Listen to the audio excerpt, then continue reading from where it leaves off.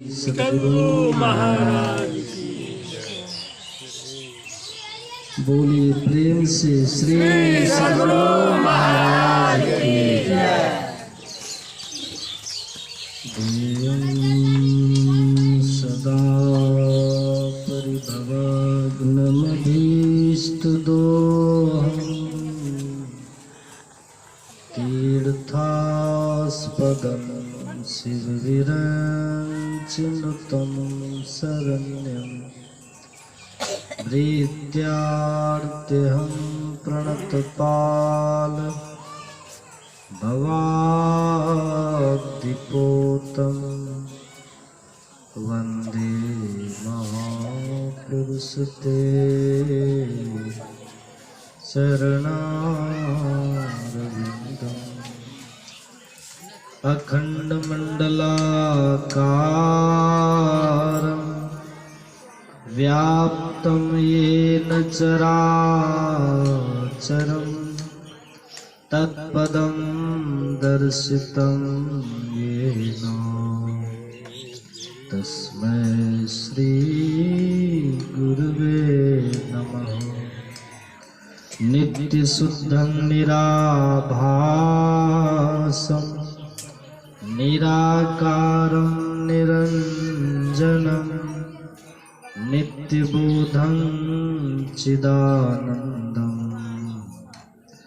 गुरुं ब्रह्मं नमाम्यहम्। गुरु बिन ज्ञान न उपजे, गुरु बिन मिले न भेव, गुरु बिन संशय ना मिटे। जय जय जय गुरुदेव। बोली प्रेम से श्री सद्गुरु महाराज की जय। श्री सद्गुरु महाराज की जय। मंचासीन लक्ष्मी राज जी, आदित्य राज जी, उनके पूज्य पिताजी, परम आदरणीय सत्संग प्रेमी महानुभाव, पूजनीय माताओं तथा भक्तिमती बहनों,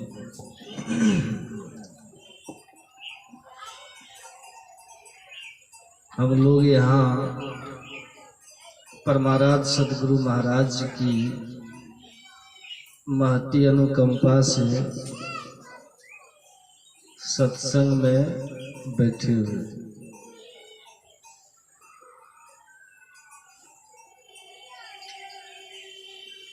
अभी हम लोगों ने श्री रामचरितमानस से पाठ सुन रहे थे।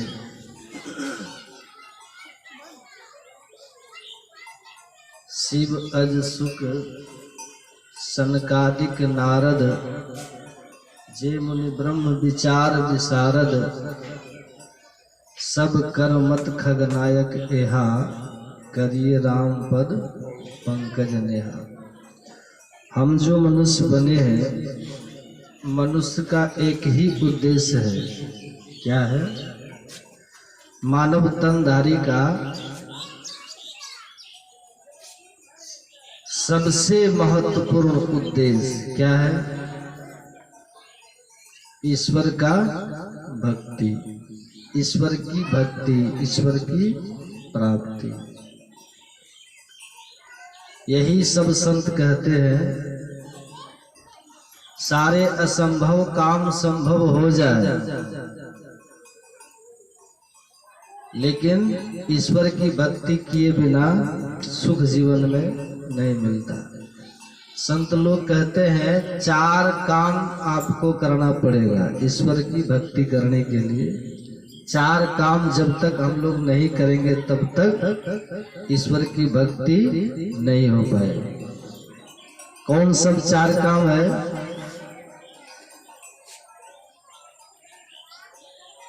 संत महात्मा लोग कहते हैं, संत सबसे पहला काम है सत्संग।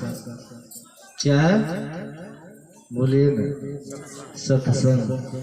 दूसरा है मानस जप, और तीसरा काम है बिंदु का ध्यान या ज्योति योग, और इसी को दृष्टि योग भी कहते हैं। और चौथा जो काम है वो नाद योग। ये चारों काम संत महात्मा लोग कहते हैं यदि आप ईश्वर का दर्शन चाहते हैं तो ये चारों काम करिए। पहले सत्संग करिए, फिर मानस जप कीजिए, फिर मानस ध्यान कीजिए, फिर बिंदु ध्यान कीजिए, फिर नाद ध्यान कीजिए। ये चारों काम जो करेंगे उनको ईश्वर का दर्शन हो जाएगा, ईश्वर की भक्ति होगी। और जिनको ईश्वर का दर्शन होगा उनका जन्म मृत्यु का चक्कर खत्म हो जाएगा। जिनको ईश्वर का दर्शन होगा कभी कोई दुख उनको नहीं होगा। जिनको ईश्वर का दर्शन होगा तो वो शाश्वत शांति को पाएगा, आनंद को पाएगा, न कभी बिछुड़न का दुख होगा, न कभी जन्म मृत्यु का दुख होगा, उसका न कोई शत्रु रहेगा, उसके जीवन में न कोई संकट होगा। संकट रहित जीवन, शत्रु रहित जीवन, दुख रहित जीवन, आदि व्याधियों से रहित जीवन हो जाए, तमाम तरह के कष्ट क्लेशों से रहित जीवन हो जाए, वो जीवन हो जाए। इसके लिए क्या करना है? ये चार काम करना है। पहले क्या है? सत्संग। पहला काम क्या है? सत्संग। सत्संग किसको कहते हैं? अभी जो हम लोग बैठे हैं यही है सत्संग। हमारे गुरु महाराज जी ने एक टिप्पणी लिखी है, सत्संग, सत्संग को बुद्धि योग भी कहते हैं। मतलब सत्संग करना ये पहला शर्त है। सबसे पहला जो काम करना हमें करना है ईश्वर दर्शन के लिए, ईश्वर की भक्ति करने में, प्रथम भक्ति संतन कर संगा, ये सत्संग है। सत्संग नहीं करेंगे तो ईश्वर का भजन नहीं होगा। पहली भक्ति संतों का संग, पहला काम है सत्संग करना। अब सवाल ये है कि सत्संग कौन करे, है ना? ईश्वर दर्शन हमको चाहिए तो सत्संग करना पड़ेगा। अब सवाल है कि सत्संग कौन करेगा, है ना? सत्संग वही करते हैं जो बहुत पुण्यात्मा होते हैं। सुन रहे हैं? हमारे गुरु महाराज जी कहते हैं, इनके प्रवचन में आप पढ़िएगा, हमारे गुरु महाराज जी कहते थे, जिसका मन सत्संग में आने से कतरावे तो समझिए उसका पाप प्रकट हो रहा है। जिसके मन में पाप रहता है ना, जिसके जीवन में बहुत पाप रहता है, उसका मन सत्संग में नहीं आना चाहिए। वो सत्संग के बगल से गुजर जाएंगे, है ना? सत्संग के नाम पर और दूर चले जाएंगे और दूसरों को भी सत्संग में आने से रोकेंगे कि सत्संग में मत जाना। न खुद जाएंगे और न दूसरों को आने देंगे। ये पाप की प्रबलता है। तो हमारे गुरु महाराज कहते हैं, जिनका मन सत्संग में जाने से कतरावे, जिनका मन सत्संग में जाने के लिए कोई न कोई बहाना बना करके नहीं आने का प्रयास करे, नहीं आए, तो समझ ले उसका पाप प्रबल हो रहा है। और जिसके मन में ये लगा हो कि कब जाए कब जाए, सत्संग का नाम सुनते ही जिनके भीतर एक बेचैनी हो जाए, सत्संग में कब जाए, कितनी जल्दी हम पहुंच जाए। जिनको सत्संग के लिए बेचैनी हो जाए, जिनके भीतर सत्संग के लिए तड़प हो, किसी का हम सत्संग में जाएं, जल्दी हम सत्संग में जाएं, तो समझिए उनका पुण्य प्रबल हो रहा। क्या हो रहा? पुण्य प्रबल। और जो सत्संग में आकर के बैठ जाए, सत्संग में आवे और आकर के बैठ जाए और बैठ करके सुनने लगे, तो समझिए उनके भाग्यों का उदय हो गया। जब तक भाग्यों का उदय नहीं होगा तब तक सत्संग में वो आएंगे। जब तक पुण्य हमारा पूंजीभूत नहीं होगा, जब तक हम पुण्य की प्रबलता नहीं हमें होगी, तब तक पुण्य की पूंजी हमारे पास जब तक नहीं होगी, तब तक हम सत्संग में आ ही नहीं पाएंगे। सत्संग में आए, समय निकाले, सत्संग में आए, बैठे, आकर के हम बैठ गए और बैठ करके श्रद्धा से सुनने लगे, प्रेम से सुनने लगे, तो समझिए ये ईश्वर की बड़ी कृपा है। जब तक ईश्वर की कृपा नहीं होती, जब तक जीव के भाग्यों का उदय नहीं होता, जब तक जीवन में बहुत तरह का पुण्य संचित नहीं होता, तब तक किसी को सत्संग नहीं मिलता। यदि कोई सत्संग में आकर के बैठ गए और श्रद्धा से, प्रेम से सुनने लगे, भाव से सुनने लगे, और तब तक सुनेंगे जब तक सत्संग हो रहा है। श्रद्धा से बैठे हैं और एक चित्त होकर के सुन रहे हैं। अगर हम ऐसा करते हैं तो समझिए हमारे बहुत जन्मों के पुण्य का उदय होगा, हमारे बहुत जन्मों के भाग्यों का उदय होगा। ऐसा समझिए हमारे ऊपर ईश्वर की बड़ी कृपा है। इसलिए सत्संग को फल कहा गया। फल क्या कहा गया? सत्संग एक फल की तरह है। कैसा फल है ये सत्संग कैसा फल है? सत्संग करने से पुण्य नहीं होता है, बल्कि पुण्यों का फल है ये सत्संग। सत्संग करने से, ये सत्संग करना एक ऐसा फल है जो हमारे बहुत जन्मों के भाग्यों के उदय होने से मिलता है। सत्संग एक ऐसा फल है जो ईश्वर की कृपा होने से मिलता है। जब ईश्वर की बड़ी कृपा हो, बहुत जन्मों का भाग्योदय हो और बहुत जन्मों का पुण्योदय हो, तो समझिए सत्संग रूपी फल आपको मिला। ये सत्संग क्या है? फल है। और सत्संग कैसा फल है? मैं बराबर कहता हूँ, ये सत्संग कैसा फल है?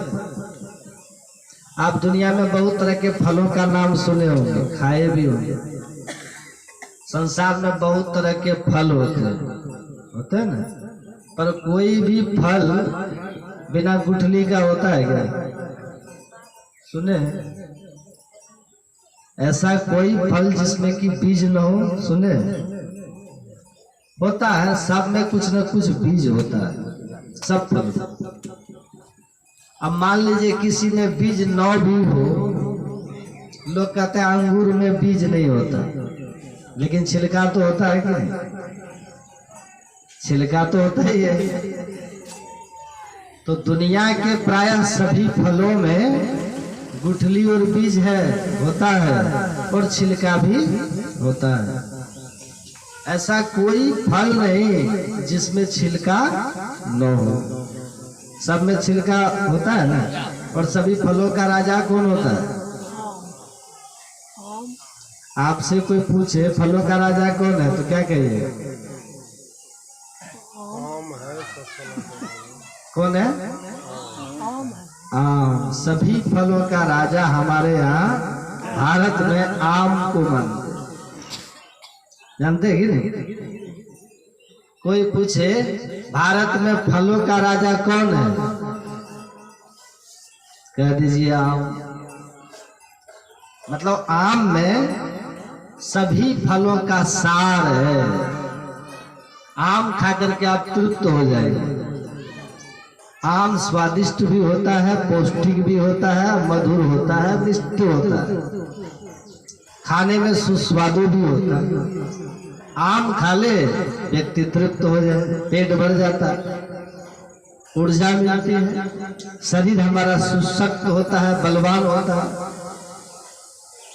तो जितने तरह के फल हैं वो सभी का राजा कौन है?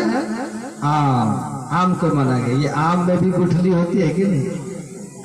आम में भी छिलका होता है। अब यदि कोई बहुत बच्चा है, छोटा बच्चा जो बहुत छोटा है, जो बच्चा है, अभी जिसके हाथ में ज्यादा ताकत नहीं है, जिसके हाथ में ज्यादा बल नहीं है, अभी जिसके मुंह में दांत भी नहीं आया, ऐसा यदि कोई बच्चा हो, आम का फल खा पाएगा? आएगा? जो 5 दिन का बच्चा खा लेगा, आम का फल खा लेगा? नहीं खाएगा। आज जो 90 साल के बूढ़ा है, उसके हाथ में दे दीजिए आम।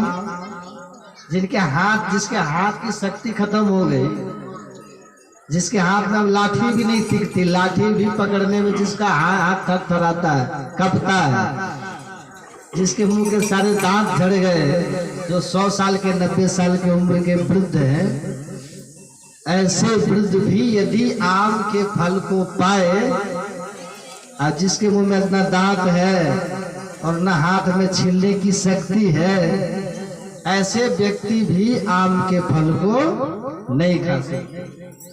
ऐसे व्यक्ति को भी आम का रस नहीं मिल सकता, क्योंकि वह न तो छील सकता है न तो चबा सकता। कैसे पाए? है ना? ये आम का फल है बड़ा अच्छा, लेकिन जो बहुत बच्चा है वो भी नहीं खा सकता, जो बहुत बूढ़ा है वो भी नहीं खा सकता। लेकिन सत्संग कैसा फल है? सत्संग ऐसा फल है, आप बच्चे की बात तो छोड़ दीजिए, जन्म लिए हुए बच्चे की बात तो आप छोड़िए, 5 दिन के बच्चे की बात तो छोड़ दीजिए, जो बच्चा माँ के पेट में है वो बच्चा भी सत्संग रूपी फल को खा सकता है। खा सकता है कि नहीं? समझ रहे हैं बात? सुन रहे हैं? बच्चा भी खा सकता है इस सत्संग रूपी फल को। आपने सुना ना प्रहलाद का नाम? सुना है? सुने हैं प्रहलाद का नाम?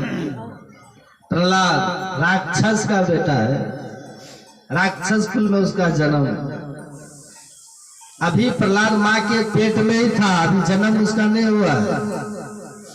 उसकी माँ थी कयाधु, अब पिताजी थे हिरण्यकश्यपु, राक्षस था। हिरण्यकश्यपु गया तप करने के लिए, अब पीछे से इंद्र ने कयाधु का अपहरण कर लिया। अपहरण करके भाग रहा था कयाधु को। रास्ते में मिल जाते हैं नारद जी। नारद जी ने पूछा हिरण्यकश्यप इंद्र से, तुम किसको लेके जा रहा है?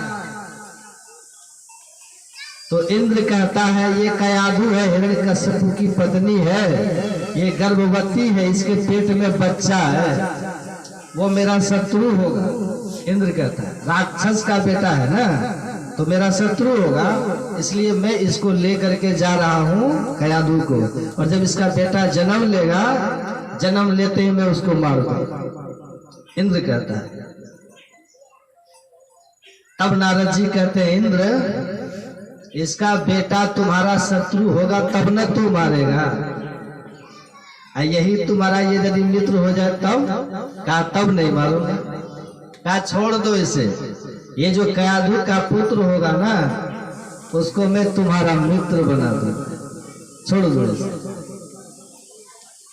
और नारद, नारद का अर्थ क्या होता है जानते हो?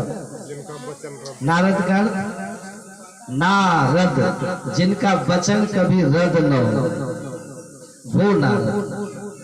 जो कभी झूठ न बोले वो नारद, जो कहे जो कह दे वो हो जाए वो नारद। इंद्र ने देखा ये नारद बोल रहा है, नारद है, इनका वचन कभी झूठा नहीं होता, इनका वचन कभी रद्द नहीं होता, इनका वचन कभी गलत नहीं होता, इनका वचन कभी व्यर्थ नहीं जाता।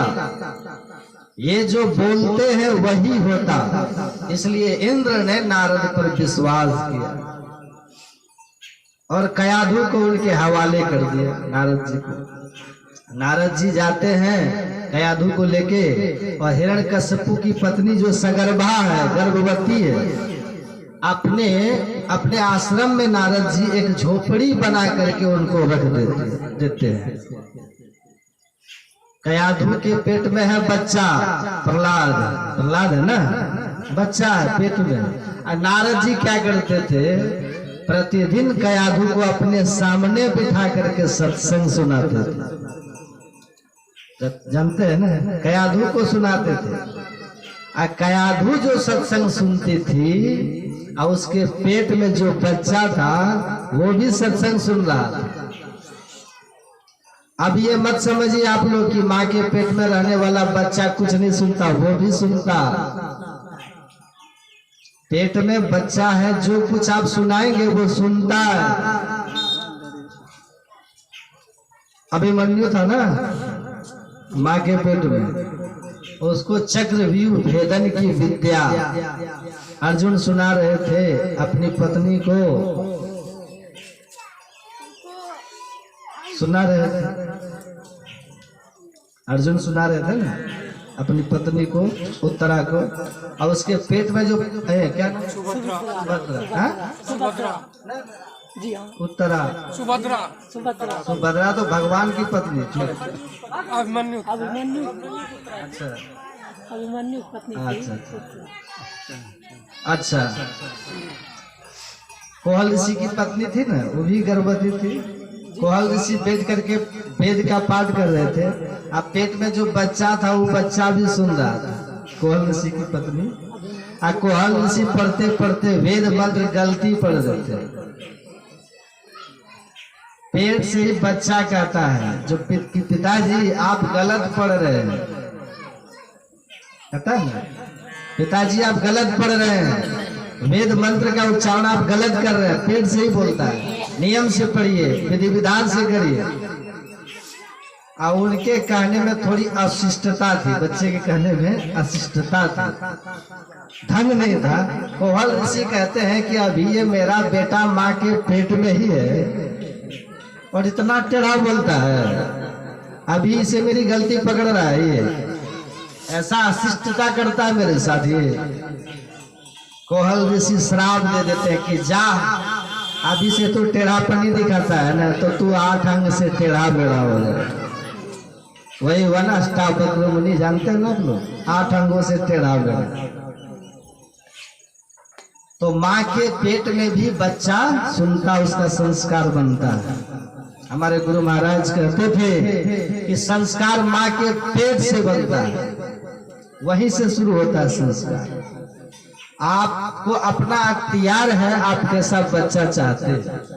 भक्त चाहते हैं कि साधु चाहते हैं कि कोई वीर योद्धा सिपाही चाहते हैं, आप कैसा चाहते हैं ये आपका अख्तियार है। कि चोर लुटेरा डाकू चाहते हैं, आप कैसा बच्चा चाहते हैं, वहीं से संस्कार दें।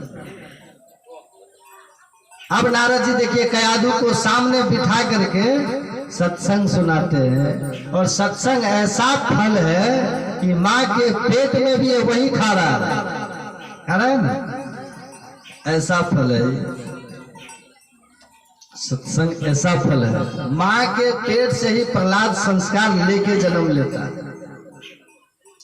भगवान के प्रति इनके भीतर बहुत भक्ति भावना है, भक्ति है, श्रद्धा है, सत्संग के प्रति श्रद्धा है, भक्ति के प्रति लगाव है, ईश्वर के प्रति बहुत प्रेम है।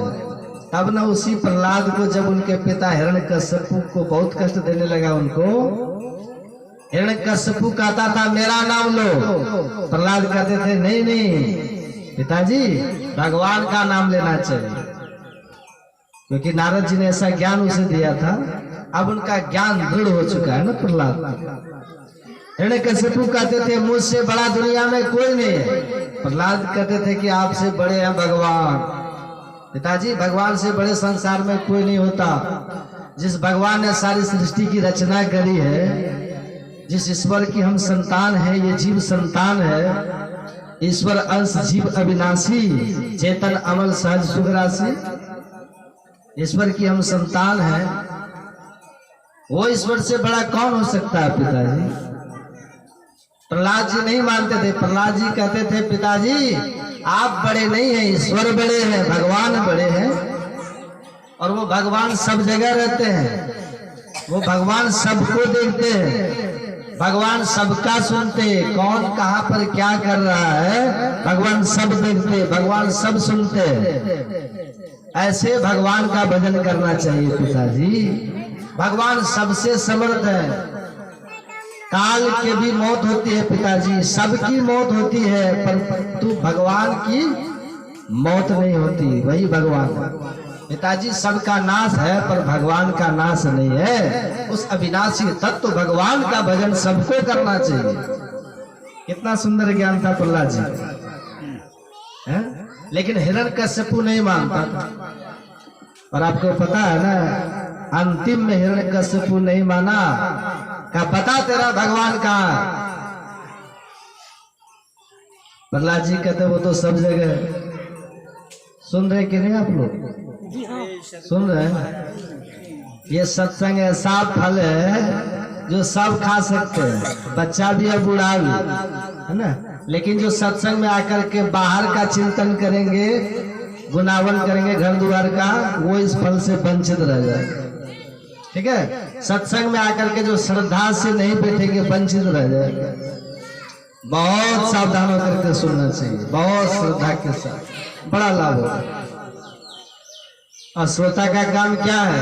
एक तक वक्ता को देखे, इधर उधर कहीं देखिए भी नहीं।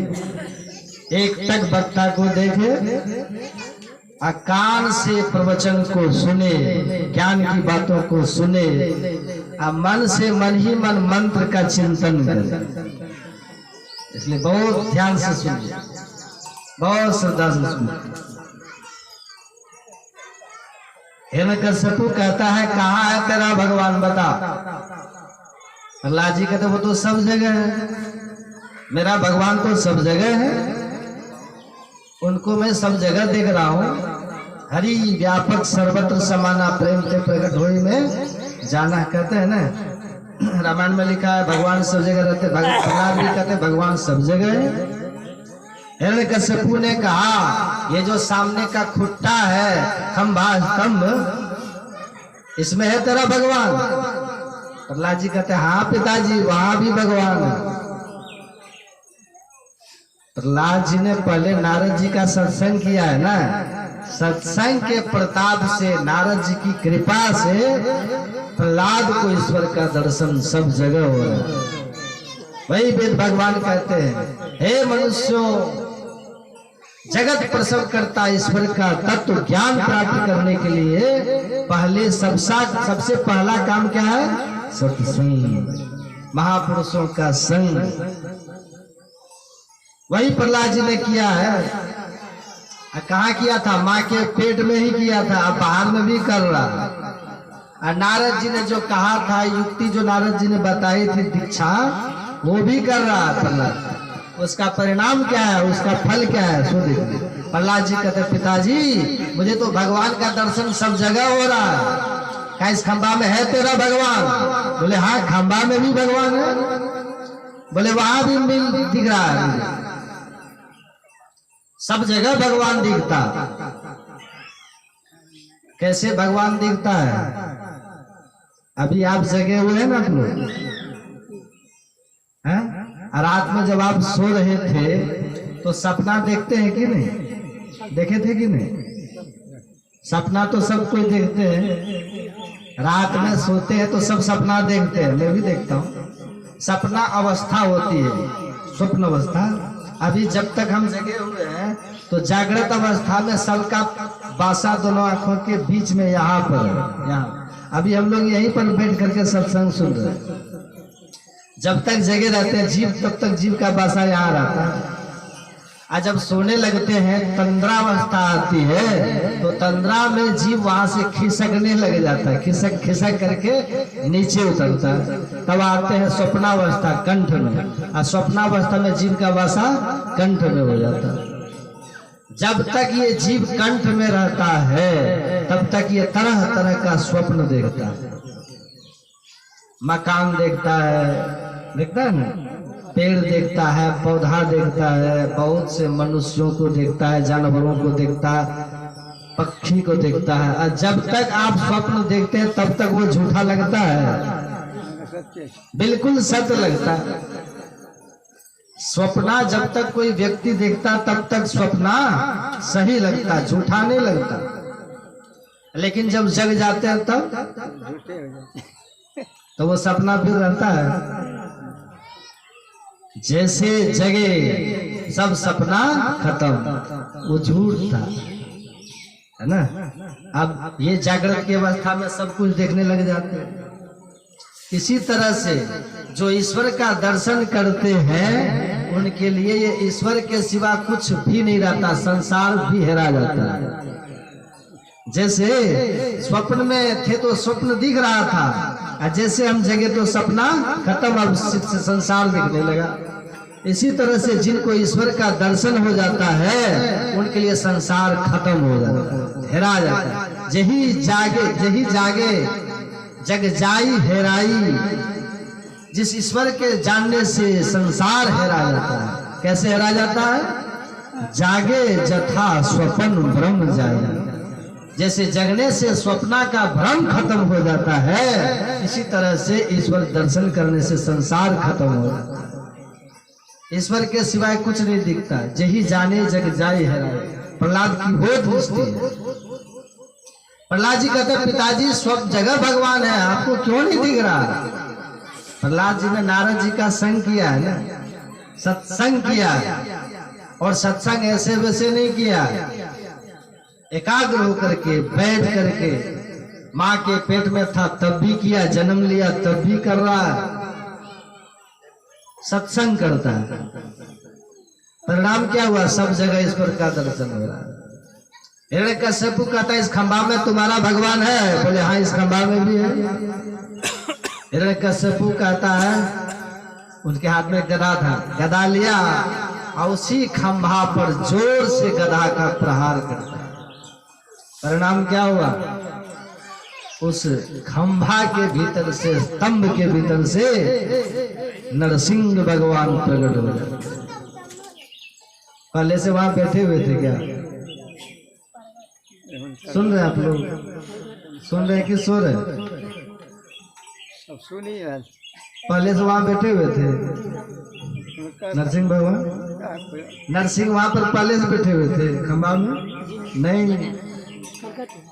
जब देखा कि मेरे भक्तों को कष्ट हो रहा है, हिरण्यकश्यप दुष्ट था ना, हिरण्यकश्यप ने कहा कि इस प्रहलाद को हम मार के ही रहेंगे। अब प्रहलाद सत्संगी है, भक्त है, उसको कोई दुर्जन मारना चाहे तो भगवान उसको छोड़ देंगे? छोड़ देंगे? सुनो सुरेश रघुनाथ स्वभाव, निज अपराध रिसाई न काहू। जो अपराध भगत पर करई, राम रोष पावक से जरे। जो भक्तों का अपराध करता वो भगवान की क्रोधाग्नि में जल करके भस्म हो जाता। हम जिनका भजन करते हैं हम सत्संगी ऐसे बन गए हैं। कोई दुर्जन हमारा बिगाड़ देगा? मजाल नहीं। जाको राखे साइया मार न सके है को, बाल न बांका कर सके जो जग बैरियो। संसार भले आपका शत्रु हो जाएगा, लेकिन यदि हम भगवान को मानते हैं, हम असल में सत्संगी बने हुए है ना। हम सत्संगी हैं। आप कोई भक्त है, सत्संगी है, कोई आपका अनहित करना चाहे, आपका अनभल करना चाहे, कोई हमें मारना मिटाना चाहे, वो नहीं मिटा सकता।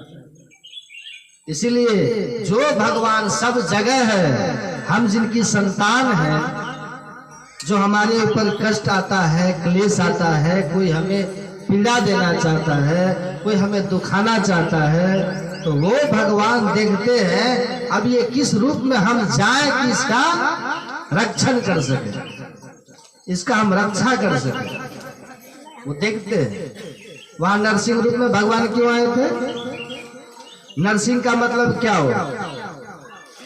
नरसिंह का मतलब नर और सिंह। नर मतलब मनुष्य, सिंह मतलब बाघ सिंह जो कहते हैं।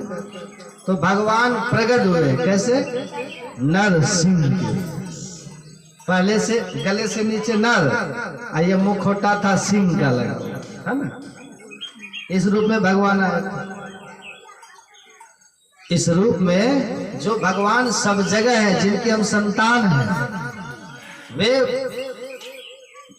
भगवान हम जिनका दर्शन करना चाहते हैं, जो हमारे अपने हैं, वो भगवान सब जगह है। वो भगवान नरसिंह क्यों बने? कारण क्या था?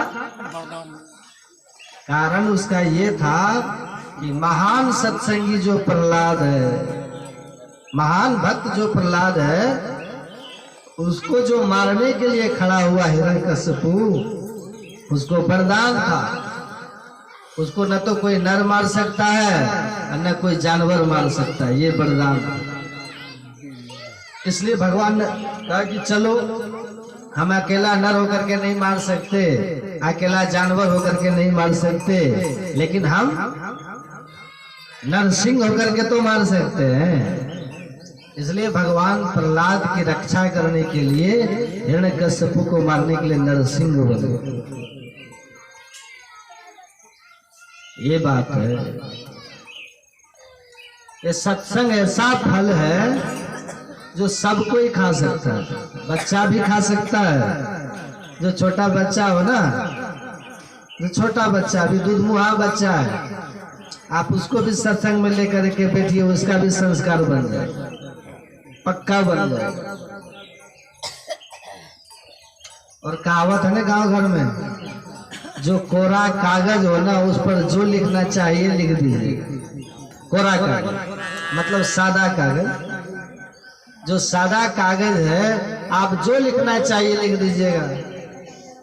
आज जिस पर पहले से लिखा उस पर कैसे लिखे? लिख पाइएगा? बोलिए ना। कच्चा बांस और पक्का बांस, दोनों में क्या फर्क है? कच्चा बांस को जिधर झुका दीजिए झुक जाएगा, अब पक्का बांस को झुका सके टूट जाएगा। ऐसे जो बच्चा है, जो छोटा बच्चा है, उसको भी सत्संग में लेकर के आप बैठिएगा। सत्संग का ऐसा प्रभाव होता है कि सत्संग का फल उसको भी मिल जाएगा। क्यों मिलेगा? उसमें न तो कोई छिलका है, न तो कोई गुठली है, इसमें रस ही रस है। तो बच्चा के मुंह में रस लगा दीजिए, पी लेगा। बूढ़ा के मुंह में रस लगा दीजिए, बूढ़ा भी पी लेते हैं रस। जिसके हाथ में बल नहीं है, जिसके मुंह के दांत झड़ चुके, चाहे बच्चा हो कि बूढ़ा हो, वो सब भी पी लेते रस, पीते ना। और जवान तो पिएगा ही। इसलिए ये सत्संग सबके लिए होता है। ऐसा फल सत्संग है जो बच्चा भी पा सकते हैं, बूढ़ा भी, और जवान तो पाएगा ही, सब पा सकते हैं। लेकिन किस पेड़ का फल है ये सत्संग? ये पुण्य रूपी पेड़ में लगता है सत्संग रूपी फल। हमारे भाग रूपी पेड़ में ये सत्संग रूपी फल लगता है। ईश्वर की कृपा रूपी पेड़ में ये सत्संग रूपी फल लगता है। यदि हमने बहुत पुण्य रूपी पेड़ लगाया है तो समझ जाइए सत्संग का फल मिला। यदि हमने बहुत भाग रूपी पेड़ लगाया है तब समझिए सत्संग रूपी फल मिला। ये क्या है? फल है। अब फल ही नहीं है, फल भी कई तरह का होता है। ये फल भी है और ये मूल भी है। सुनिएगा आप ध्यान से। जब दुनिया के बहुत पुण्य कर्म करते हैं तब सत्संग मिलता है, इस रूप में ये फल हो गया। जब हमारे अनेक जन्मों के भाग्यों का उदय होता है तब ये सत्संग मिलता है, इस रूप में भी ये फल हो गया। यदि ईश्वर की बड़ी कृपा होती है जब द्रवही दीन दयाल राघव साधु संगति पाइए। जब बड़ी कृपा होती है तब सत्संग रूपी फल मिलता है। ये क्या है? बोलिए ना, फल है। जो ये सत्संग रूपी फल मिला, अब ये मूल हो गया। किसका? ईश्वर दर्शन का मूल हो गया। ये मूल है, जड़। सुन रहे थे ना, 4 साधन, 4 बात मैंने पहले बताई ना। पहला क्या है? पहला क्या है? सत्संग। हाँ, खाली आप ही सुनते, आप लोग नहीं सुनते हैं क्या? बोलते क्यों नहीं? सत्संग पहला क्या है? सत्संग। एक टक बट्टा को देखिए, लोग कहाँ कहाँ देखते हैं, मन को घुमाते रहते हैं। क्या कह रहे थे हम? जो फल है ना, ईश्वर की कृपा रूपी पेड़ का फल क्या है? सत्संग। पुण्य पुंज रूपी पेड़ का फल क्या है? सत्संग। भाग रूपी पेड़ का फल क्या है? सत्संग। जो ये सब का फल है सत्संग, वही फल, सत्संग रूपी फल ईश्वर दर्शन के लिए मूल बन जाता है। मूल मतलब जड़। ये मूल हो गया। मतलब जब तक मूल नहीं रहेगा तो उसमें फल फूल लगेगा। बोलिए। तुलसीदास जी लिखते हैं, आप पढ़िएगा रामायण में, तुलसीदास जी कहते हैं सत्संग गति मुद मंगल मूला। मूल है ये, पहले कह दिया फल, अब क्या कहते हैं? मूल, मूला। दोनों बात, सत्संग फल भी है और मूल भी है। सत्संगति मुद मंगल मूला, सोई फल सिद्धि सब साधन फूला। पहले मूल होगी, जड़ होगी, तभी ना उसमें पेड़ होगा, तभी ना उसमें फल फूल लगेगा। हम चाहते क्या है? फल। अब सत्संग रूपी पेड़ का फल क्या होगा? वो है ईश्वर का दर्शन। सुनिएगा ध्यान से। पुण्य रूपी पेड़ का फल ईश्वर का दर्शन नहीं है। भाग रूपी पेड़ का फल ईश्वर का दर्शन नहीं है। इधर देखो ना, ईश्वर दर्शन क्या है? सत्संग रूपी पेड़ का फल। इसलिए तुलसीदास जी लिखते हैं सत्संग गति मुद मंगल मूला। आनंद और कल्याण की जड़ है ये सत्संग। आनंद और कल्याण की जड़। आनंद और कल्याण किसको कहते हैं? आनंद किसको कहते हैं? आनंद नाम है ईश्वर का।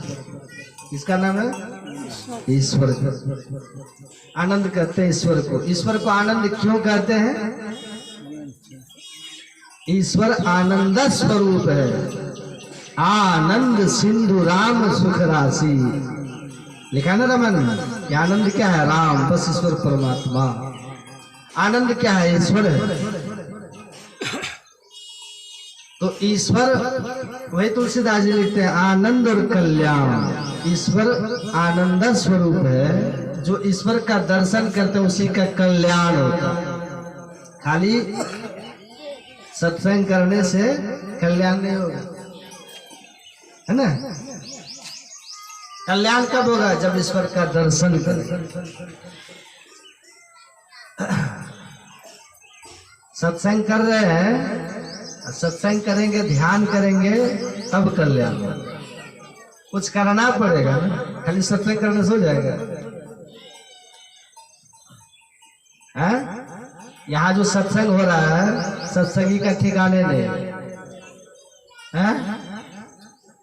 हम सोचे, देखिए कितना बढ़िया व्यवस्था की है इन्होंने आपके लिए, फिर भी देखिए खाली है। सत्संग में कोई डर होता है क्या? यहाँ कोई डर है? कोई आपको रोकता है यहाँ? जबकि देखिए जगह पर्याप्त है। गांव में सब फुर्सत ही फुर्सत है लोगों को।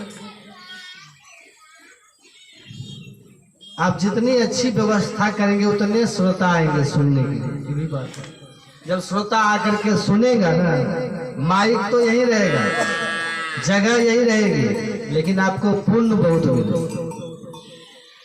क्योंकि सुनेगा ना, तो जितने श्रोता बैठ करके सुनेंगे ना, उन श्रोताओं को सुनवाने का फल सुनवाने को मिल जाएगा, सुनवाने वाले जो कराते हैं। तो व्यवस्था ढंग से करनी चाहिए। तो जो सत्संग, तुलसीदास जी कहते हैं आनंद और कल्याण की जड़ है, मूल है, आनंद है ईश्वर, उनके दर्शन से होता है कल्याण। उसकी जड़ क्या है, मूल क्या है, सत्संग। लेकिन पहले दर्शन नहीं हो जाएगा। कोई सोचे कि सत्संग में गए तो ईश्वर का दर्शन, ऐसा नहीं होता। ईश्वर का दर्शन करने के लिए आप सत्संग में आए, ये पेड़ लगाए, सत्संग करना एक पेड़ लगाना है। और जब सत्संग को खूब बढ़िया से करेंगे, सुनेंगे, समझेंगे, तब सत्संग रूपी पेड़ में फूल लगेगा, फूल। वो फूल क्या है, साधन फूला, साधना ही फूल है। ध्यान और साधना क्या है, सुन रहे थे ना, मानस जप और मानस ध्यान और बिंदु ध्यान और नाद ध्यान, ये है फूल। मानस जप किसको कहते हैं, गुरु से मंत्र लेकर के उसको मन ही मन जपना, जो मंत्र मिले उसको जपना, यही है मानस जप।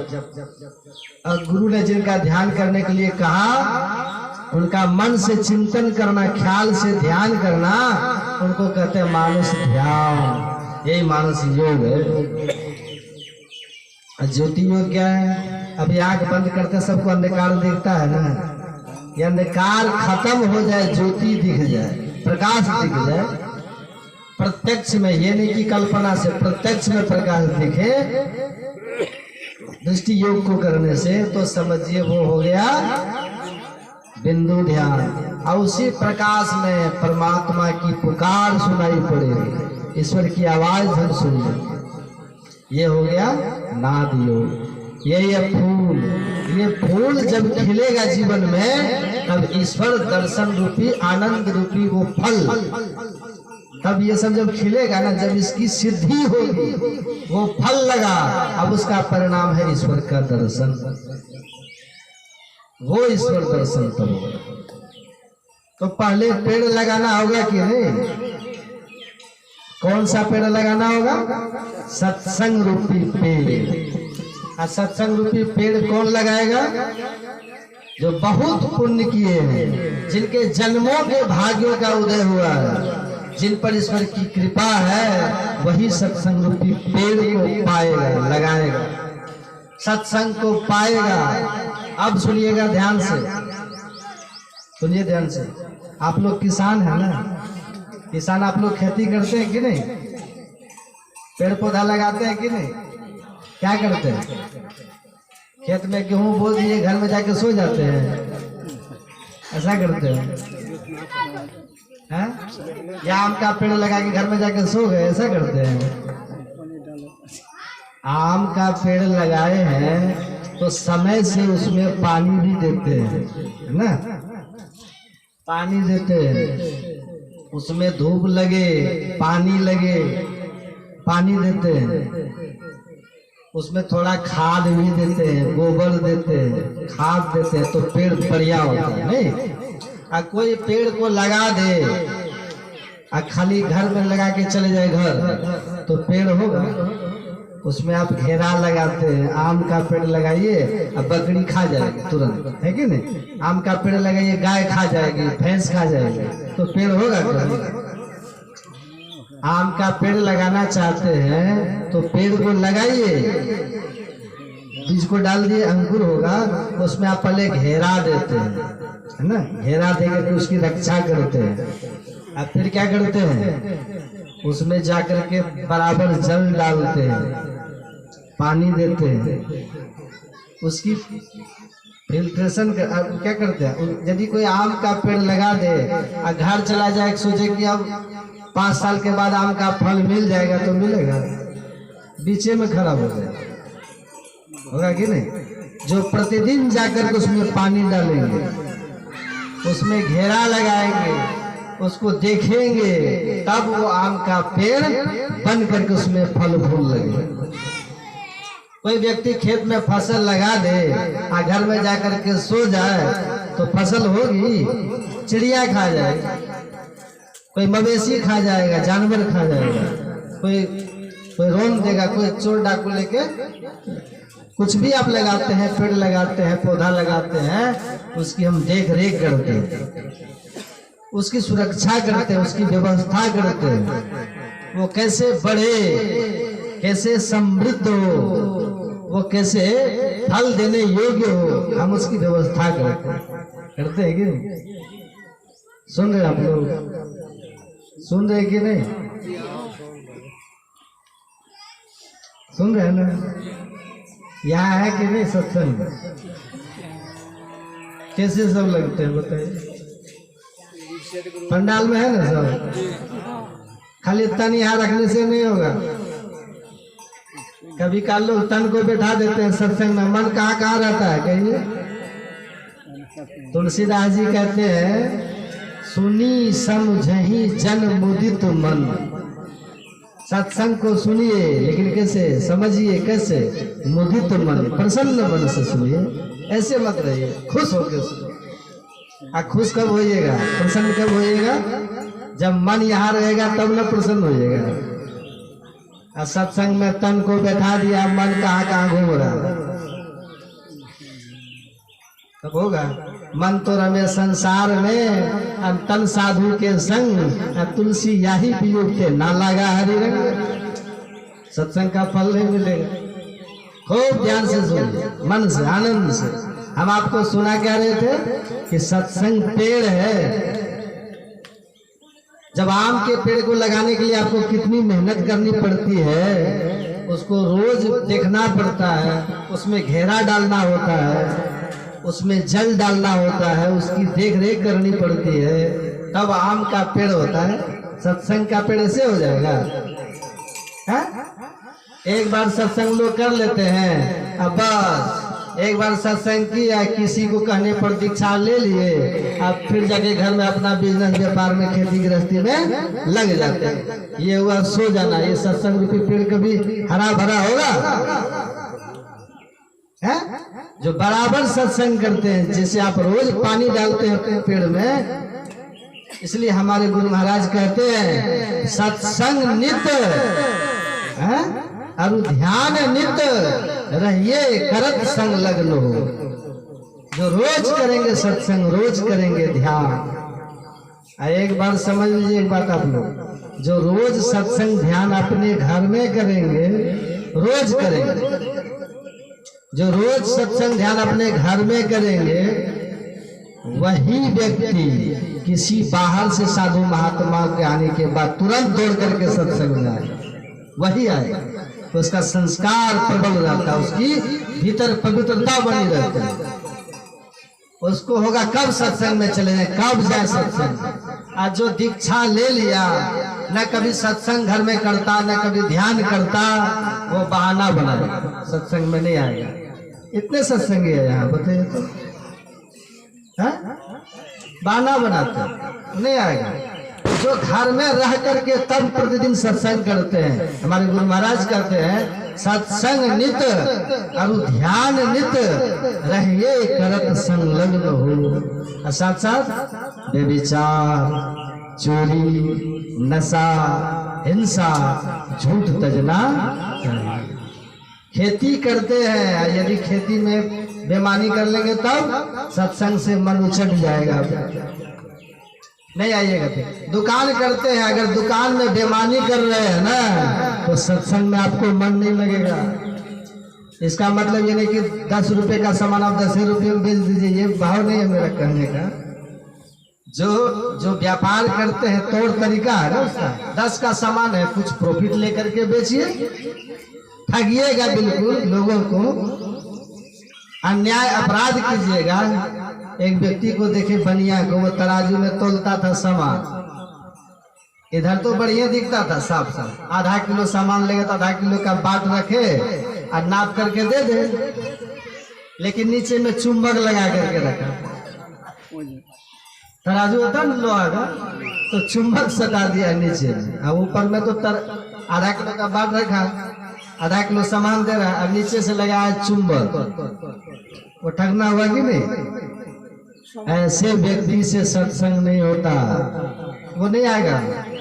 घर में भी रह करके जो सत्कर्म में लगे रहते हैं, घर में ठीक है खेती हम करते हैं, हम किसी की फसल अपने में नहीं मिलाएंगे, हम किसी के आर नहीं काटेंगे, आर होता ना आर, हमारे पास पशु है हम किसी के खेत में नहीं देंगे, पसीने की कमाई हम बिजनेस करते हैं, दुकान करते हैं, ईमानदारी की कमाई हम करेंगे, हम नौकरी करते हैं, घूस नहीं खाएंगे, है?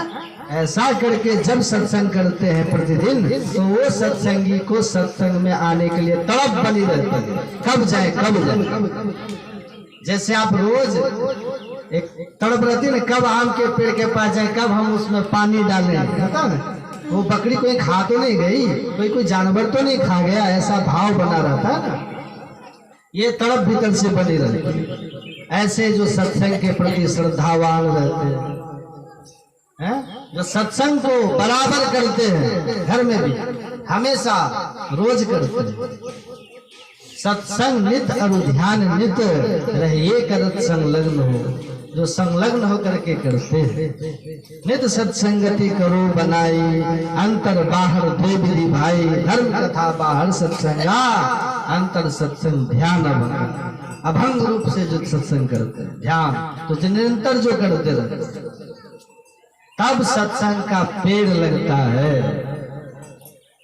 और जब बहुत सत्संग करेंगे तब सत्संग, हमारे गुरु महाराज जी कहते थे, इनके पास जब कोई दीक्षा के लिए आते थे ना, तो गुरु महाराज जी कहते थे सिद्धांत याद हुआ, परिभाषा याद किए, संत मत की परिभाषा। जिस संत मत से हम जुड़ना चाहते हैं, जिस सत्संग से हम जुड़ना चाहते हैं, उसकी परिभाषा समझे। ऐसा क्यों कहते थे गुरु महाराज? कहने का कारण क्या था? तो सत्संग का फल हमको सिद्धि मिलेगी, सत्संग का फल ईश्वर का दर्शन होगा, लेकिन सत्संग रहेगा तब ना, सत्संग रहेगा तब ना। अब कोई बबूल का पेड़ लगा दे और सोचे कि आम का फल मिलेगा, तो मिलेगा उसको? क्या ये मिलेगा उसको? बबूल के पेड़ से आम का फल? हमने बबूल का पेड़ लगाया, आम का फल मिलेगा? बोलिए ना। बेर का पेड़ लगा तो आम का फल मिलेगा? जो पेड़ लगाएंगे वही ना फल मिलेगा। इसी तरह से हम चाहते हैं सत्संग का फल, ईश्वर का दर्शन, और सत्संग करते ही नहीं तो फल मिलेगा? सुन रहे हैं ध्यान से? हमारे गुरु महाराज जी कहते थे सत्संग की परिभाषा संत मत की परिभाषा है, सत्संग की परिभाषा है। उस परिभाषा को पहले सीख लीजिए, समझ लीजिए, तब दीक्षा लीजिए। भेड़िया धसान की तरह नहीं। ऐसे तो हमारे गुरु महाराज जी कहते थे, मैं समझते समझते समझ गया, संत मत से उत्तम कुछ भी नहीं, और मैं इस विचार में इतना दृढ़ हूं कि मुझे कोई डुला नहीं सकता, और जो मेरी रचित पुस्तक को पढ़ेंगे वो भी दृढ़ होंगे, ऐसा मेरा विश्वास है। ये गुरु महाराज जी कहते थे। ऐसा क्यों कहते थे? ये शिक्षा दी हमारे गुरु महाराज, एक आदर्श दिए गुरु महाराज जी कि भविष्य में कोई सत्संगी कभी बने, कोई व्यक्ति सत्संगी बने तो समझ करके बने। आप ये मत समझिए कि कहीं पर 10-5 व्यक्ति बैठ गया, थोड़ा 100-200 व्यक्ति बैठ करके कुछ बोल रहा है, कोई सुन रहा है तो सत्संग हो गया। नहीं नहीं, सभा हो सकती है वो, पर सत्संग नहीं हो सकती। सब सभा को हम सत्संग नहीं कर सकते। इसकी पहचान क्या है? हमारे गुरु महाराज जी कहते थे संत मत का सत्संग, जिस सत्संग का फल कल्याण है, जिस सत्संग का फल ईश्वर का दर्शन है, जिस सत्संग का फल आत्म दर्शन है, वो सत्संग की पहचान क्या है? सुनिएगा ध्यान से। जैसे आम का फल हम चाहते तो आम की पेड़ की पहचान है कि नहीं? हम पेड़ का फल खाना चाहते हैं तो उस पेड़ के फल की पहचान है कि नहीं? सबकी पहचान है। ऐसे ही हम जो ईश्वर का दर्शन रूपी फल चाहते हैं, सिद्धि रूपी फल चाहते हैं, ये फल जिस सत्संग रूपी पेड़ में लगता, वो सत्संग रूपी पेड़ की भी पहचान है। हमारे गुरु महाराज जी कहते थे, कैसे समझे कि ये वही सत्संग है जो हमको ईश्वर दर्शन देगा। हम कैसे समझे कि ये वही सत्संग है जो हमको सिद्धि प्रदान करेगा। ये वही सत्संग हम कैसे समझे जिससे हमको ईश्वर का दर्शन हो जाए। कैसे समझेंगे? सुन रहे बात? कहाँ ध्यान है? सब सुन रहे कि नहीं? कि बकता गया का, सोता गया बह, ऐसा मत करिएगा।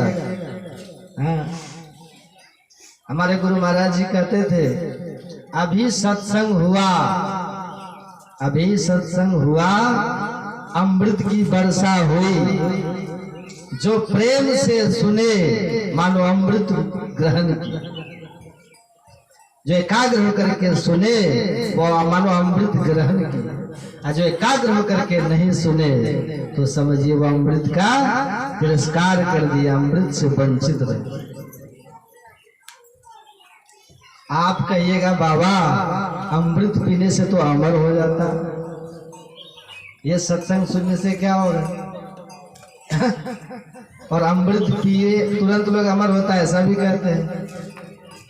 तो ऐसे यहाँ भी है, जो श्रद्धा से सुनेंगे, तुलसीदास जी लिखते हैं, सुनी समझहि जन मुदित मन मज्जहि अति अनुराग।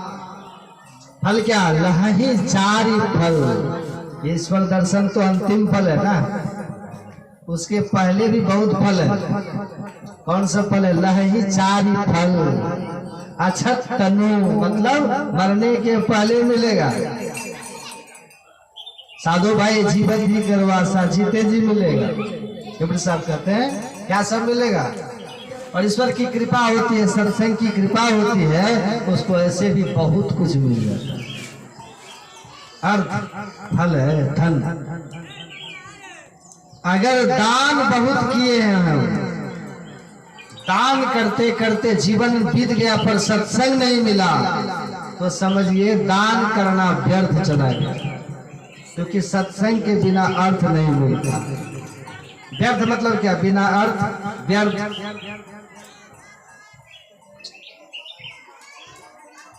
हम तीर्थों का सेवन बहुत किए, दुनिया के सभी तीर्थों में गए, बहुत तीर्थ में हम गए, लेकिन तीर्थों में जाकर के हमने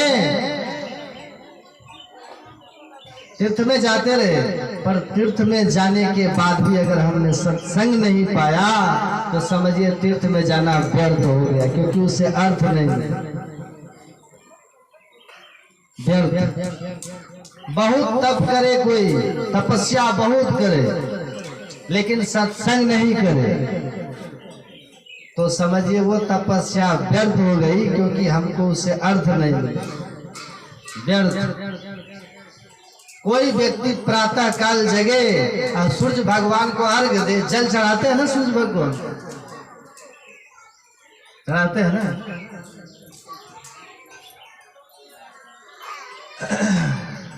छठ पूजा में चढ़ाते हैं ना, ऐसे भी रोज चढ़ाते हैं नहा के लोग।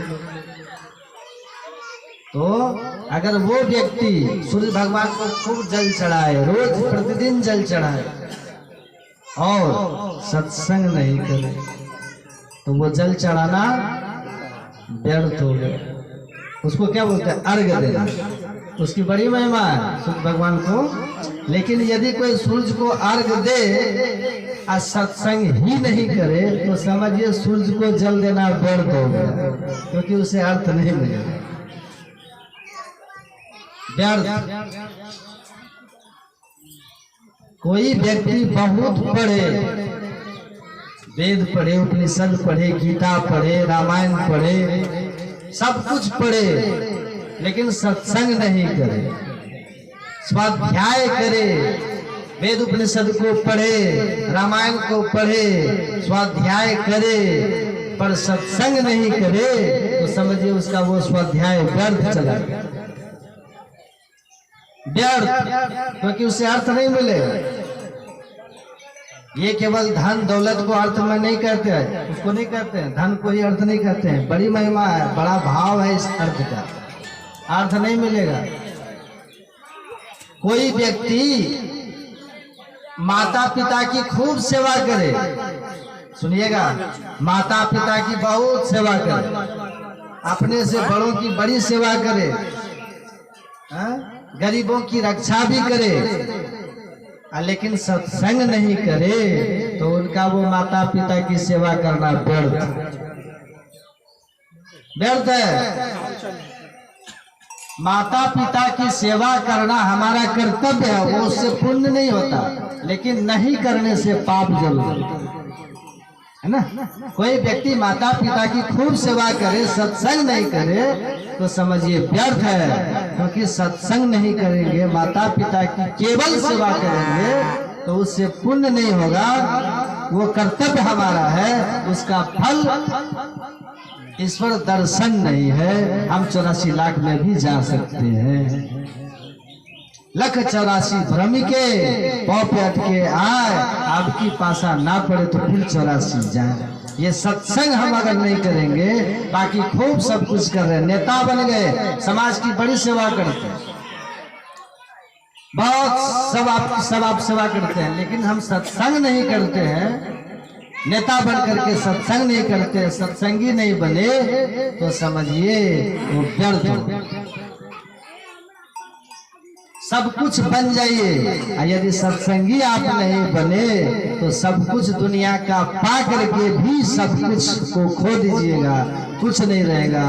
10-20 साल के लिए, 50 साल के लिए, ज्यादा से ज्यादा 100 साल के लिए आप मनुष्य बने थे, इसी में आपको मकान में रहा, दुकान मिला, धन मिला, पद मिला, प्रतिष्ठा मिली, परिवार मिला, पुत्र मिला, पुत्री मिली, दुनिया का सब नौकरी चाकरी सब कर लिए, सब कुछ मिला, लेकिन जैसे मरेंगे तो फिर कुत्ता बिल्ली बन जाएंगे, कुछ नहीं मिला, सब व्यर्थ। सत्संग मिल गया तब साध संगत की वासना जा घट प्रगट हो, मानुष जन्म सत्संग मिले मुक्ति प्राप्त हो। ये मानव का तन सत्संग आपको दिलाएगा, मनुष्य का शरीर दिलाएगा, सत्संग आपको मानव तन दिलाएगा। श्रद्धा से कोई करे, प्रेम से कोई सत्संग करे। आप जैसे अपने पेड़ को खूब बढ़िया से लगाते हैं, रोज उसको देखते हैं ना, आप उसमें रोज पानी डालते हैं ना, उसमें हवा लगाते हैं, धूप रोशनी देते हैं ना, सूरज की रोशनी व्यवस्था करते हैं, घेरा डालते हैं, कोई पक्षी न खा ले, कोई चिड़िया न खा ले, कोई जानवर न खा ले, उतनी व्यवस्था आप करते हैं। उसी तरह से जो सत्संग के प्रति सजग है, सावधान है, हम सत्संग करें, ध्यान करें, इतना सावधान है, सजग होकर के जो रहता है, उसी के जीवन में सत्संग रूपी पेड़ सुरक्षित रहता है, वो व्यवस्थित रहता है। अब उसी का फल, पहला फल तो ये मिलेगा कि फिर से मनुष्य शरीर मिलेगा। ऐसा फल किसी का है?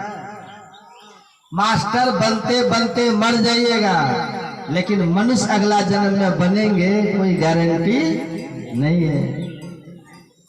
नेता बन करके मर जाएंगे, लेकिन अगला जन्म में फिर से मनुष्य बनेंगे, कोई गारंटी नहीं। डॉक्टर बन करके मर जाएंगे, लेकिन अगला जन्म में फिर से मनुष्य बनेंगे, कोई गारंटी नहीं। मकान बनाते बनाते मर जाएंगे, अगला जन्म में मनुष्य बनेंगे, कोई गारंटी नहीं है, कोई गारंटी इसकी नहीं है। लेकिन हमारे गुरु महाराज जी कहते थे, जो सत्संग जीवन भर करेंगे और सत्संग करते करते मर जाएंगे तो फिर से मनुष्य बनेंगे, इसकी गारंटी है। कितनी बड़ी बात है। वही सजो भाई कहते, साध संगत की वासना जा घट प्रगट हो, पहला फल मानुष जन्म है। भक्ति मिले, भक्ति फिर से करिए, मनुष्य जन्म मिलेगा, मुक्ति प्राप्त हो, मोक्ष भी मिलेगा, ईश्वर का दर्शन भी होगा। ये कितना बड़ा फल है। इसलिए सत्संग के प्रति बहुत आस्था, बहुत प्रेम होना चाहिए। हम लोग जाते हैं, बहुत से गांव में जाते हैं सत्संग करने के लिए, लेकिन जो पहले में श्रद्धा हुआ करती थी ना सत्संग के प्रति, अब वो श्रद्धा नहीं, फॉर्मेलिटी निभा देते हैं लोग। कुछ लोग तो इसलिए सत्संग करवाते हैं कि चलो हमारा नाम बने कि फलाना व्यक्ति सत्संग करवा रहा है। हमारे अमित जी ऐसा नहीं है, उस भाव से सत्संग कराते बहुत लोग। ये नहीं कि श्रद्धा से हम करावे, अरे सत्संग ये ईश्वर का अंग है ना सत्संग। यही सत्संग निज अंग श्रीरंग भवभंग कारण शरण शोकहारी। ये सत्संग ईश्वर का अंग है। ये भाव व्यक्ति के भीतर में होना चाहिए, है ना। ये भाव नहीं रहता सबका, वो दुनिया के मान प्रतिष्ठा के लिए सत्संग करवाते हैं। और आपको आश्चर्य लगेगा कितने व्यक्ति तो लोभ से सत्संग करवाते हैं ना। बहुत ऐसे व्यक्ति हैं लोभ से करवाते हैं। ये अमित जी तो बड़ी श्रद्धा से करा रहे हैं यहाँ, लेकिन हम बहुत ऐसे भी लोगों को देखते हैं जो लोभ से करवाते हैं। सत्संग कराएंगे तो इतना पैसा हमको बचेगा, इस भाव से लोग करवाते हैं। और ऐसे ही सत्संगी सत्संग करा करके भी सत्संग के फल से वंचित रह जाते हैं। ऐसे सत्संगी सत्संग करा करके भी एक नंबर का सत्संगी नहीं बन पाते, वो लोभी हो जाते हैं, अब फल उसका नर्क हो जाता है। जो सत्संग को गुरु महाराज का अंग मान ले, हमारे गुरु महाराज कहते थे सत्संग मेरी श्वास है। समझिए श्वास का क्या मोल है। इस भाव से जो सत्संग करे और कराए, उसका फल, प्रथम फल क्या, मानव का तन फिर से मिलेगा। अब रिजर्व हो गए मानव तन के, रिजर्व हो गए। यही एक उपाय है। बाकी दुनिया में कोई भी कर्म ऐसा नहीं है। खूब तीर्थ में जाइए, मानव तन मिलेगा कि नहीं कोई गारंटी नहीं है। सब कुछ करिए, लेकिन मानव तन मिलने का गारंटी एकमात्र सत्संग ही देता है। ये सत्संग, और वो भी कौन सा सत्संग, ये संत मत का सत्संग देता है। आम का पेड़ लगाएंगे तभी ना आम का फल मिलेगा। आप पेड़ लगा दिए बबूल का तो कैसे मिलेगा, फल चाहिए ना आम। लेकिन किस सत्संग का फल मानव का तन है, तो जो श्रद्धा से सुनते हैं, सुनी समझे जन मुदित मन मज्जहि अति अनुराग। अल्लाह ही चार फल अक्षर तनु, चारों फल मिलेगा, अर्थ धर्म काम मोक्ष। इतना ही नहीं, सुनिएगा और थोड़ा और ध्यान से सुनिए। सो रहे बाबा, तुलसीदास जी कहते हैं और भी 5 फल मिलेगा। और भी कौन सा फल मिलेगा और 5? तुलसीदास जी लिखते हैं रामायण में, मति कीरति गति भूति भलाई, जब जय जतन जहां जय पाई, सो जानव सत्संग प्रभाव। तुलसीदास जी कहते हैं मति मतलब, मति का मतलब क्या होता है? मति किसको कहते हैं? मति कहते हैं बुद्धि को, मति कहते हैं सुमति को। मति मतलब बुद्धि, वही सत्संग से मिलेगा, सत्संग से बुद्धि मिलेगा। आप कहेंगे बाबा उधर जो पढ़ने वाले लोग कितना पढ़ करके है, आईए बीए एमए, उसको बुद्धि नहीं है। उनकी बुद्धि है पर उनकी बुद्धि में मलिनता है। सुनिएगा ध्यान से, उधर जो बुद्धि प्राप्त होती है वो मलिन है, मलिनता है, युक्त बुद्धि है उधर। और सत्संग जो बराबर करते हैं, सत्संग करते करते जो बुद्धि प्राप्त होती है, निर्मल बुद्धि प्राप्त होती है। निर्मल विमल विवेक की प्राप्ति होती है। बिनु सत्संग विवेक न होई, राम कृपा बिनु सुलभ न सोई। विमल विवेक, निर्मल बुद्धि कहाँ मिलेगा? निर्मल बुद्धि की पहचान क्या है? जहां पर निर्मल बुद्धि होगी ना, वहां पर विकार नहीं होगा, बहुत पढ़ लिख लिए, बुद्धि बहुत है। कितनी बुद्धि है, MA BA PhD क्या सब कर लिए, कितना बुद्धि है, लेकिन चांद पर जाकर के जमीन खरीद ली, इतना बुद्धि है। सुने है कि नहीं? अभी सुसाइड किया ना, मारा ना, कौन था वो? सुशांत सिंह। चांद पर उसकी प्लॉट है, आश्चर्य आपको लगेगा, चांद पर खरीदा प्लॉट। धरती की बात छोड़ दी, बुद्धि इतनी कि चांद पर जाकर के प्लॉट खरीद लिया। आश्चर्य लग रहा है ना आपको? चंद्रमा पर, धरती की बात छोड़िए। और इतना ही नहीं, उस व्यक्ति ने अपने से प्लॉट को देखने के लिए यंत्र भी लिया था। यहीं से देखता था कि वो मेरा प्लॉट है चंद्रमा पर, यहीं से देखता था, दूरबीन ऐसा था। लेकिन मरा फिर से, मरा कैसे? सुसाइड किया, शराब पिया, है? मलिनता युक्त बुद्धि, मलिन है ना बुद्धि। बुद्धि इतनी, कितना धन कमाया कि देखिए कहां से कहां चला गया। ये बुद्धि नहीं है। काम क्रोध मद लोभ की जब लग घट में खा, तब लग पंडित मूर्खा, दोनों एक समान। जो ठीक ठीक सत्संग करेंगे, सत्संगी जो रहेंगे, उसकी बुद्धि निर्मल होगी, पवित्र बुद्धि। उसकी बुद्धि में विकार नहीं होगा, उसकी बुद्धि में दुर्गुण नहीं।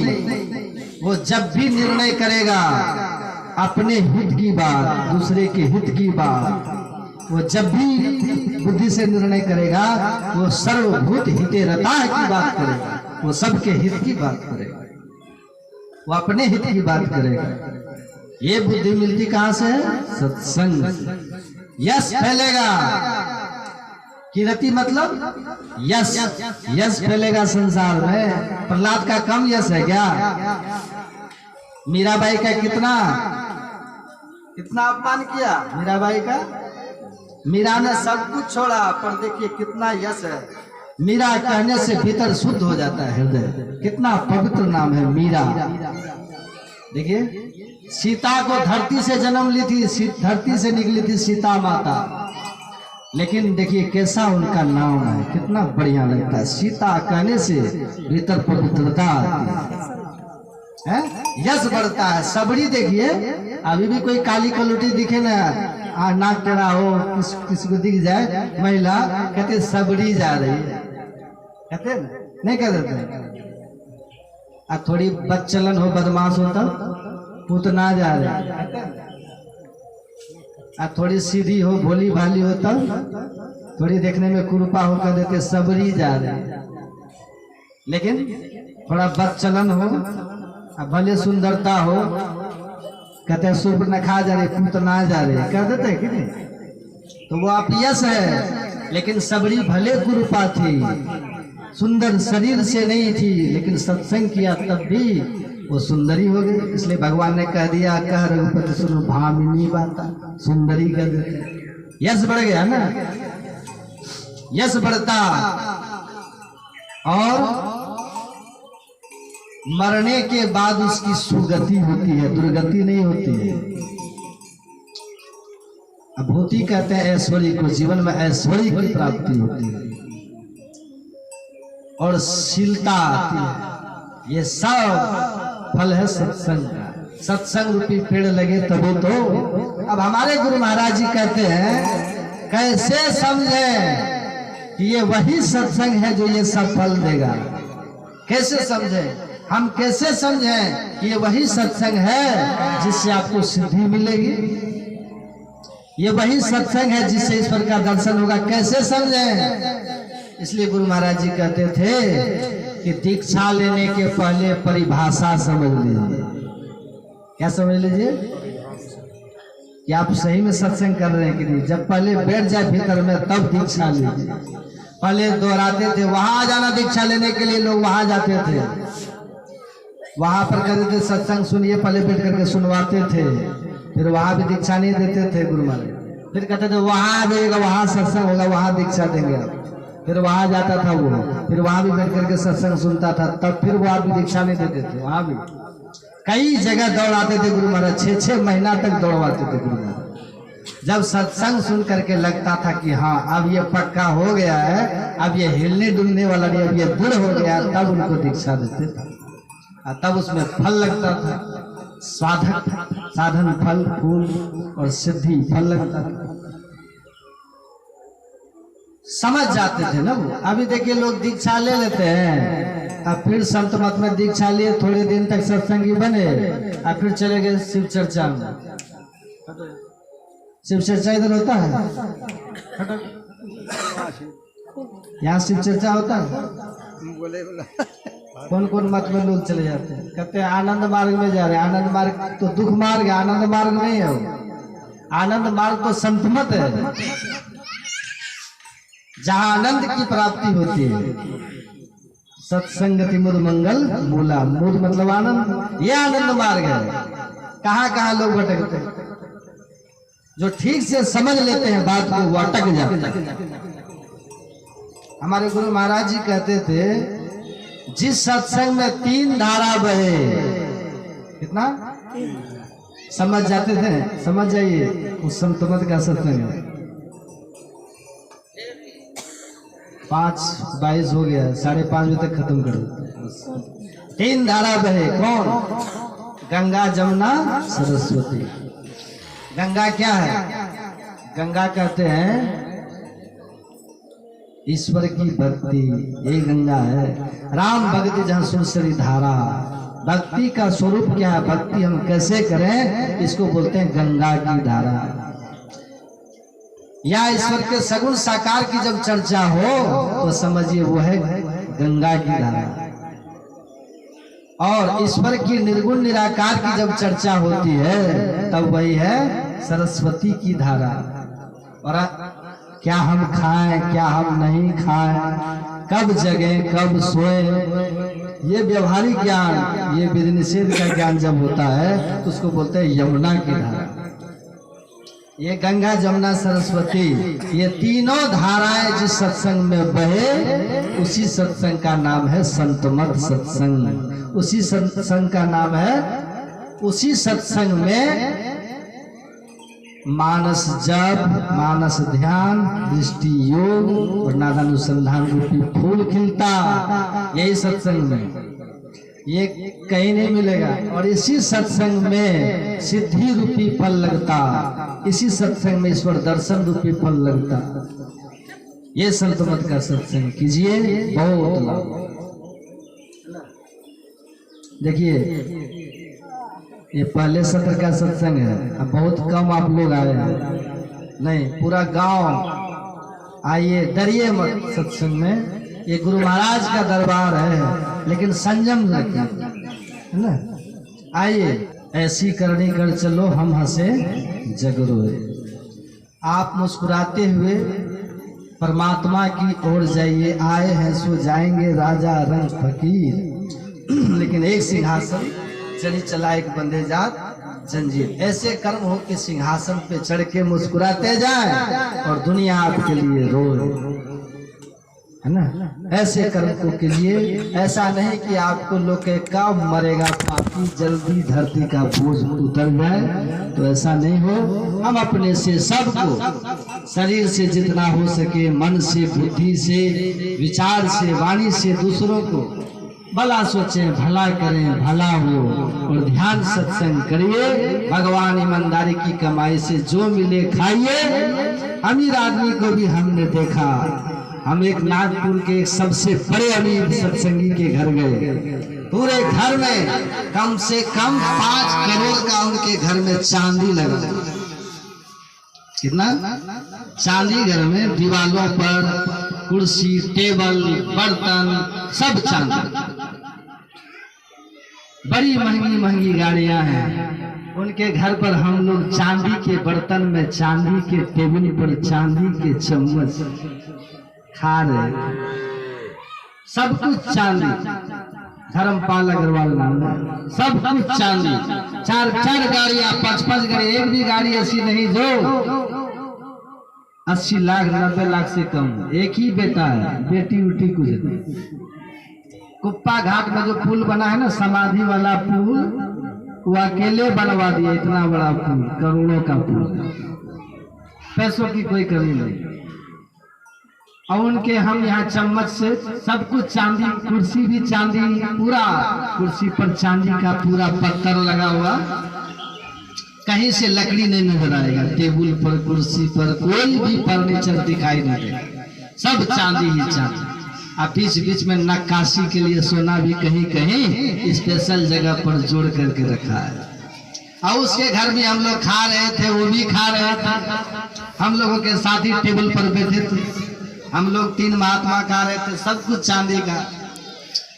तो हम हंसने लगे, अचानक हम हंसने लगे उनको देख करके। तो बोलते क्या बात है बाबा, आप हंस क्यों रहे हो?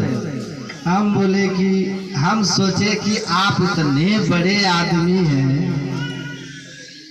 कि घर में सोना चांदी हर जगह लगा हुआ है, लेकिन हंस हम इसलिए रहे कि हम सोचे कि आप लोग सोना चांदी हीरा जवाहरात खाते हो।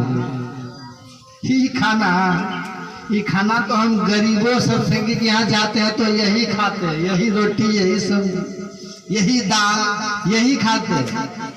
तो वो हंसने लगे, बोले बाबा सोना चांदी खाने की चीज थोड़ी है, फले फूल अनाज में लोग खाएगा।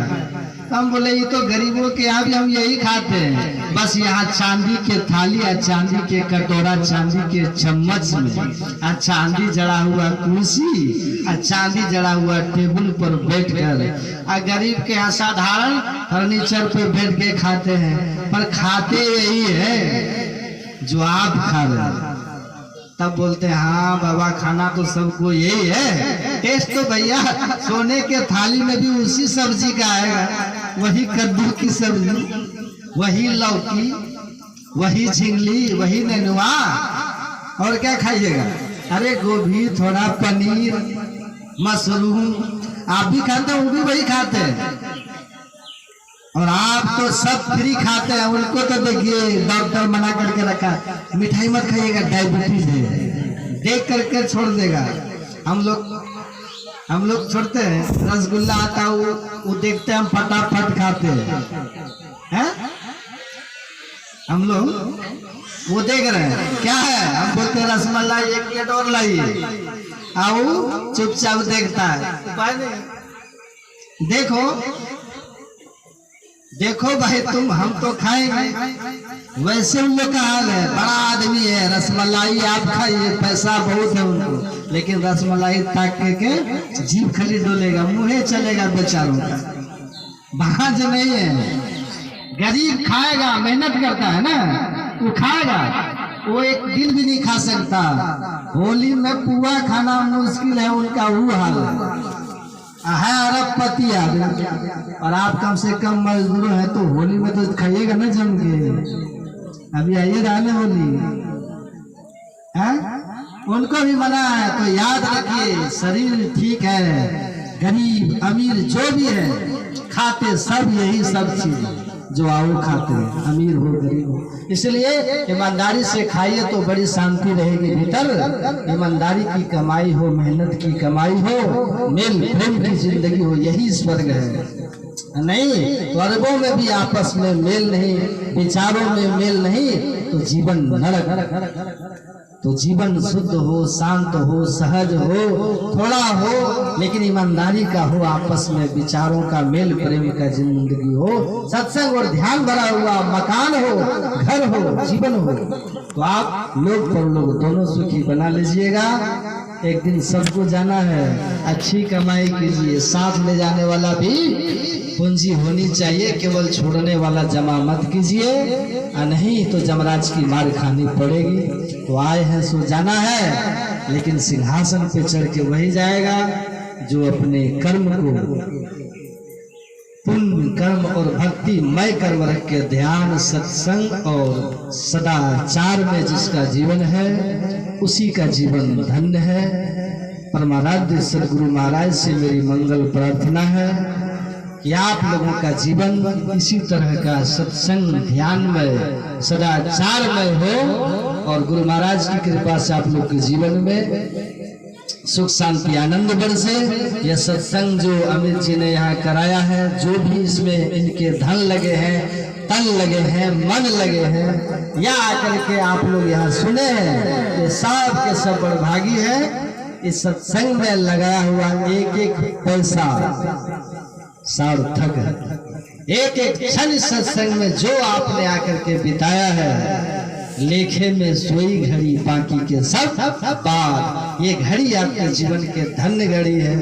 धन्य घड़ी जब हो सत्संगा, तो ये जीवन के धन्य के क्षण थे जो आपने बिताया है।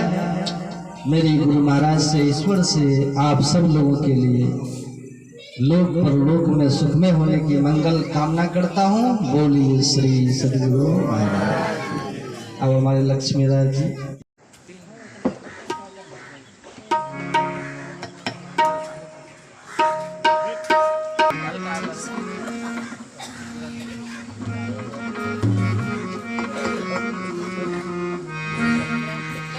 श्री सद्गुरु महाराज की जय। सत्संग बिना सोचो मानव, सत्संग बिना सोचो मानव, जग में वह ज्ञान कहाँ होगा। सत्संग बिना सोचो मानव, जग में वह ज्ञान कहाँ होगा। जिस ज्ञान की साए में जाकर, जिस ज्ञान की साए में जाकर, अपना कल्याण महा होगा। सत्संग बिना